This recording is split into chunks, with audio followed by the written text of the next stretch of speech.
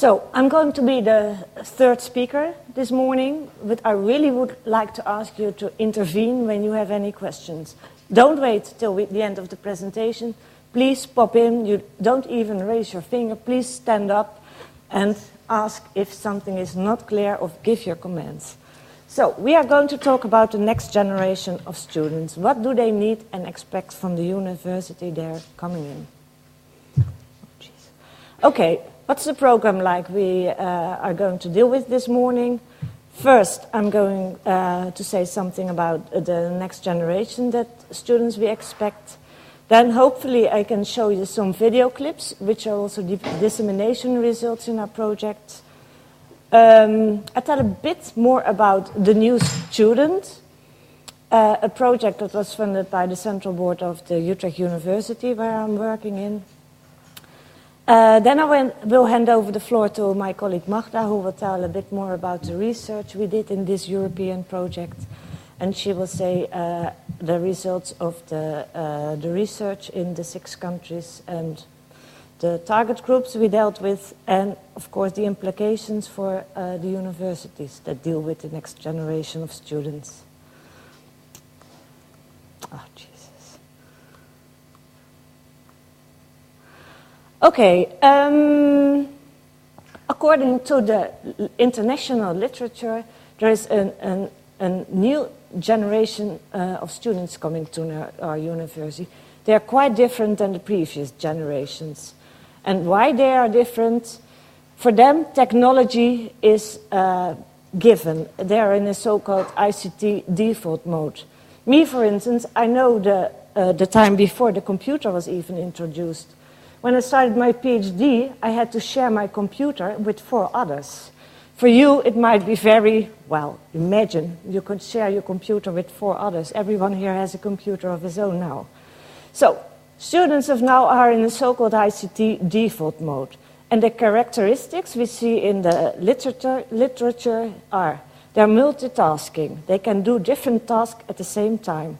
We say, I don't mention if they learn from that, but okay, they suggest they're multitasking. They like to be very interactive. They have their mobile phones, stay in contact with their peers all the time. They don't like to learn in a linear way, from a book from A till Z. No, they prefer to use the net, which is non-linear in itself. They like games. They are visually oriented instead of text-based. And they would like to have access all the time. Well, if you have this in mind, if these are really the characteristics of the next generation of students, then this has consequences for our educational process. And therefore, we submitted a project proposal at the Central Board, and they funded it. We had 2 central questions. 1, how realistic and widespread are the changes described in the literature? And 2, does Utrecht University need to take these changes into account regarding its future teaching and learning process? And if so, in what way? Okay, what I wanted to show you, I wanted to introduce the project we did in Utrecht by a small video clip, just to show you other stuff we do in the project. But I can tell you, these are the 2 questions. And what we did several activities during 1 year. We performed a trend study and a pilot research. Well, and here you can see, you can read it yourself, a couple of other things we did in the project. A symposium for management and teaching staff.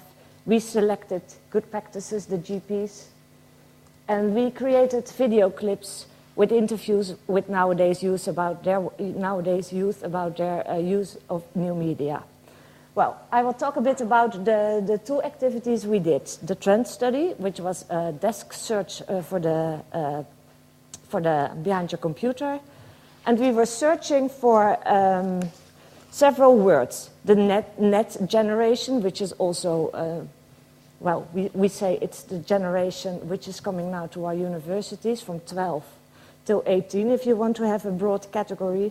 It's also called the digital natives, which might quite sound familiar to you, or millennials, the Homo sapiens, created by one of my colleagues. Generation Einstein, which is more a positive word of the new generation, because the others have some quite a negative connotation. Well, and what did we find?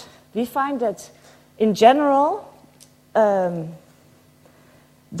I showed you the characteristics in the previous slide, and in general, what we found, it was a support for what we found in the literature.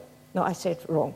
What we found in the research, and it was amongst 33 pupils in secondary education, we did small group interviews about their uses of new technology, and what we find is that they, and it is not representative, let's put it here, it's just an indication, we found that they, in general, they support the results we found in the literature. They prefer learning by doing, so not reading first and then do the things, no, just do and then see if they find accompanying a theory, etc. They like to be social and interactive. That's very important for them. So not doing their learning process on their own, but together with others. We did not find, and that's quite interesting, support for their visually orientation. We always think, okay, they like images and pictures and all the websites which are flashing, etc., and they don't like the text. No, we didn't find results for it.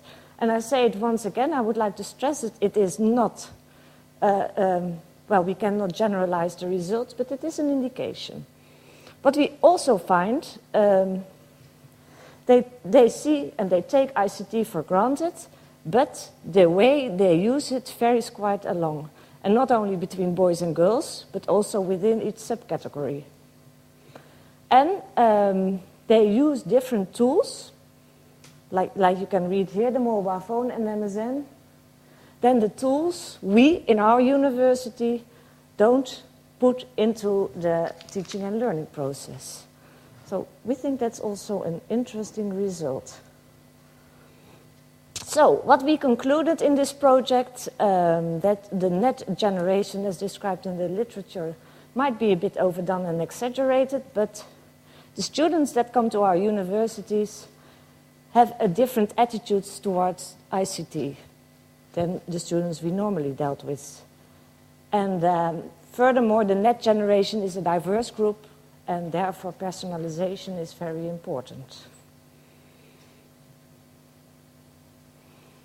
Now I hand over the floor to my colleague Magda Ritsen.